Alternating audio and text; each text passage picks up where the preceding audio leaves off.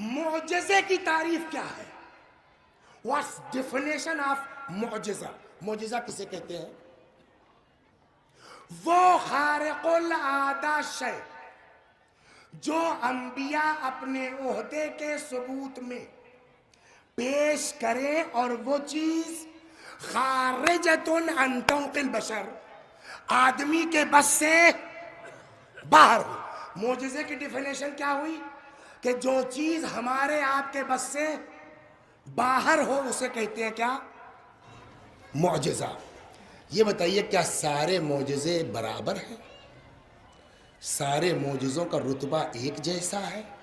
کہ دیکھیے معجزہ تو وہی ہے جو ہم سے اوپر ہو، یہ تو طے ہو گیا، لیکن جب معجزات کو آپس میں دیکھا جائے گا تو سارے معجزات برابر نہیں ہوں گے۔ کچھ بلند ہے، کچھ اس سے بلند ہے، کچھ اس سے بلند ہے، ہم سے سب بلند ہے۔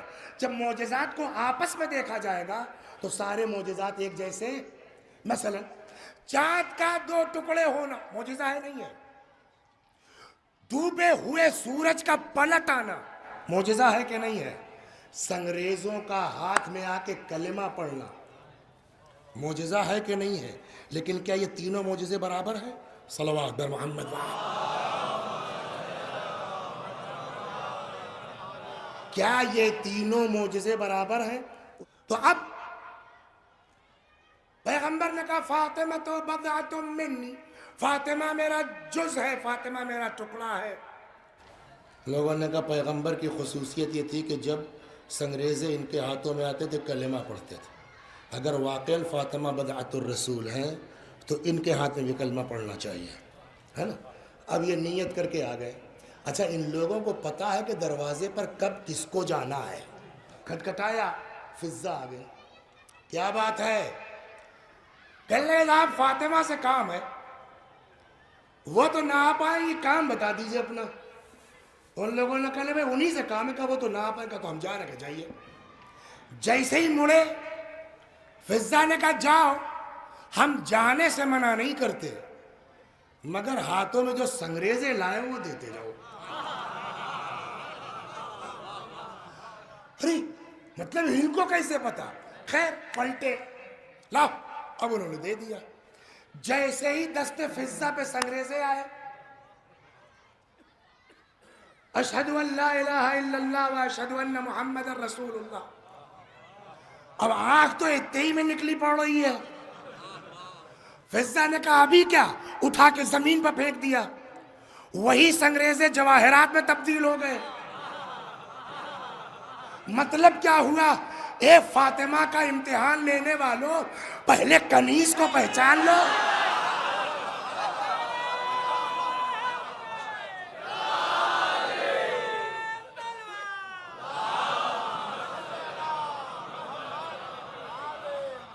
تو بھیا یہ بھی تو معجزات میں تھا، یہ کیا ہو گیا؟ اور سنیے صاحب، ایک خاتون ہے جن کا نام ہے ام ایمن، اتفاق سے رات ہی پڑھا میں نے اس میں خصائص فاطمہ۔ شہزادی کے جب شہادت ہو گئی تو ام ایمن مدینہ چھوڑ کے چلی گئی، کہ اب مدینہ رہنے کے لائق چھوڑ دیا۔ اب وہ صاحب کہیں جنگل بیابان، کیا وجہ تھی؟ وہ صاحب شدید تشنا ہو گئی، زبردست پیاس لگی، سر اٹھایا کنیز فاطمہ نے، پروردگارہ میں تیرے فاطمہ کی کنیز ہوں، کیا تو یہ پسند کرے گا کہ میں پیاسی جان دے دوں؟ وہ صاحب آسمان سے ڈول اتری، ام ایمن سیراب ہوئی اور ڈول واپس ہو گئی۔ ہمارے آپ کے بس میں ہے؟ صلوات برما، یہ کیا ہے؟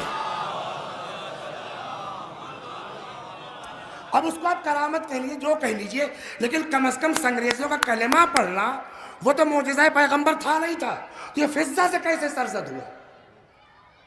اب ایسا فاطمہ، چلو ہم مان لیتے ہیں بھائی، چلیے جو بھی کہہ لیجیے، لیکن وہ فضا جنہوں نے سنگریزوں سے کلمہ پڑھوایا، وہ فضا جنہوں نے سنگریزوں کو جواہرات میں تبدیل کر لیا، اس فضا نے چاند کے 2 ٹکڑے کیے ہیں،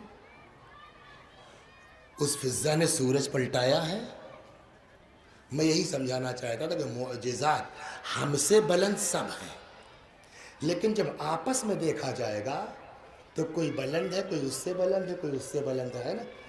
اب میرا محترم مجمع اس منزل تک آ گیا کہ سارے معجزات مساوی نہیں ہیں، برابر نہیں ہیں، ایک بات۔ دوسری بات، جتنے معجزات پیغمبر کے ہیں وہ سب وقتی ہیں، دائمی نہیں ہیں۔ ایک وقت ہو گیا، بات ختم ہوگی، پیغمبر چلے گئے، معجزات ختم ہو گئے۔ ان تمام معجزات میں ایک معجزہ پیغمبر کا ہے جو دائمی ہے، آج تک ہے۔ وہ کون سا معجزہ ہے؟ وہ بھی قبلہ کعبہ سے سن چکے آپ، آغاز ہی اسی سے ہوا، یعنی قرآن۔ قرآن دائمی آج بھی معجزہ ہے۔ قرآن کا ایک ایک حرف معجزہ، ایک ایک آیت معجزہ، ایک ایک سورہ معجزہ۔ لیکن کیا قرآن کے سارے معجزات برابر ہیں؟ بولیے۔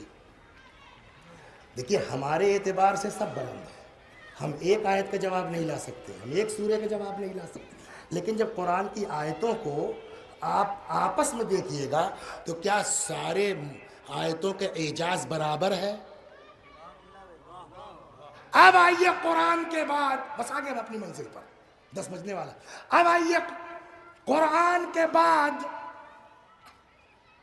بلند ترین کتاب کون سی ہے؟ نہج البلاغہ۔ کیا نہج البلاغہ کے سارے خطبے برابر ہیں؟ صلوات بر محمد۔ اسی لیے میں کیل کاٹا درست کرتا لگا کہ اعتراض نہ کریں۔ تو ہمارے اعتبار سے سارے خطبات بلند ہیں، لیکن جب آپ آپس میں دیکھیں گے علی ہی کے خطبوں کے بیچ تو کچھ بلند، کچھ اس سے بلند، کچھ اس سے بلند۔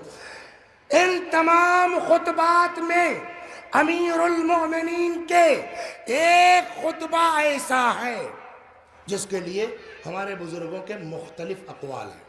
شیخ ابو جعفر کلینی رحمت اللہ علیہ، رضوان اللہ علیہ، انہوں نے فرمایا کہ یہ خطبہ نہج البلاغہ میں ایسا ہے کہ انبیاء اور اولیاء کو چھوڑ کے دنیا کے سارے فصحاء اور بلغاء مل کے بھی چاہیں کہ علی کے اس خطبے کا جواب لے آئے، ناممکن۔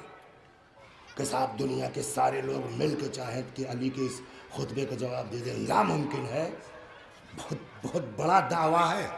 اچھا یہ بتائیے، جس خطبے کی اتنی تعریف ہے کہ بعض کہتے ہیں نہج البلاغہ میں 14ویں کے چاند کی طرح یہ خطبہ چمک رہا ہے کیا اس میں؟ کہا اس میں مولا نے توحید پر گفتگو کی۔ کب کا خطبہ ہے؟ کہا کوفے کا۔ کوفے کا مطلب بولیے، کوفے میں خطبہ دینا مطلب یعنی وفات پیغمبر کے کم سے کم 25 سال کے بعد، جس کے لیے ہے کوئی نبی جواب نہیں لا سکتا، کوئی خطیب جواب نہیں لا سکتا، کوئی ادیب جواب نہیں لا سکتا۔ اور جو لوگ نہج البلاغہ سے واقفیت رکھتے ہیں وہ یہ بھی جانتے ہیں کہ عموماً مولا کی عبارت مقفع ہوتی ہے، مسجع ہوتی ہے، لیکن یہ خطبہ جس کی اتنی تعریف ہے اس میں وہ قافیہ پیمائی نہیں ہے، اس میں وہ سجا نہیں ہے، اس کے باوجود کہ صاحب ایسا کوئی خطبہ دے نہیں سکتا۔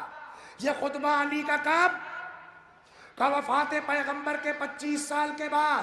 اس کے بعد تیاری کر کے کوئی تیار کر لے تو بات اور ہے۔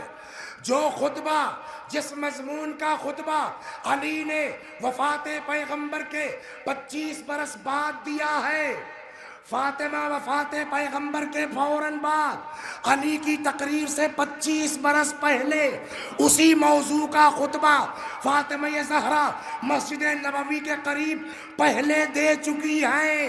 اگر فاطمہ کا علم اس بلندی پر نہ ہوتا تو جس کا جواب انبیاء نہیں دے سکتے، اس جیسا خطبہ علی سے 25 برس پہلے، صلوات بر محمد